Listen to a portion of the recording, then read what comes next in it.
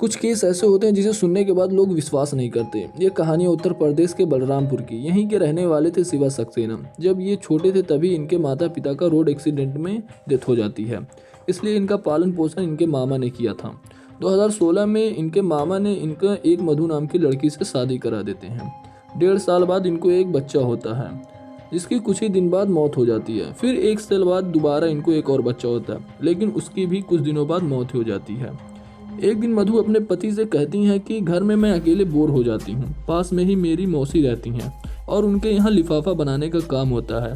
मैं भी वहाँ चली जाया करूँगी, कुछ पैसे भी आ जाएंगे और मेरा टाइम भी पास हो जाएगा। शिवा इस बात को मान जाते हैं। मधु अब डेली अपने मौसी के यहाँ जाने लगी और शाम में मौसी का लड़का अनुज उन्हें घर छोड़ने आता था। धीरे धीरे दोनों में प्यार हो गया। 16 अक्टूबर 2016 का वो दिन था जब शिवा अपने पत्नी से कहते हैं कि मैं ऑफिस के लिए बाहर जा रहा हूँ, मुझे घर आने में 2-3 दिन लगेगा। ये कहकर वहाँ से चले जाते हैं और मधु अनुज के पास कॉल करके उसे घर बुला लेती हैं।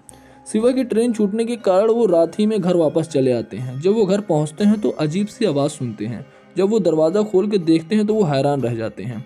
मधु अपने भाई अनुज के साथ ही आपत्तिजनक स्थिति में थी। शिवा सक्सेना गुस्से में दोनों को 2-4 थप्पड़ मार देते हैं। इन दोनों को ये बात इतनी बुरी लगी कि दोनों ने मिलकर शिवा सक्सेना का गला दबाकर हत्या कर दी। जब शिवा सक्सेना के मामा घर आते हैं और शिवा के बारे में पूछते हैं तो मधु घुमा फिराकर जवाब दे रही थी, जिससे उनको शक हुआ और उन्होंने पुलिस को इन्फॉर्म कर दिया। पुलिस मधु से कड़ाई से पूछताछ करती है तो मधु अनुज का नाम लेती है। फिर दोनों लोगों से जब कड़ाई से पूछताछ होती है तो वो लोग सारा सच बता देते हैं। अब तुम ही लोगों को बताओ कि आजकल के ज़माना में इंसान किस पर भरोसा करे।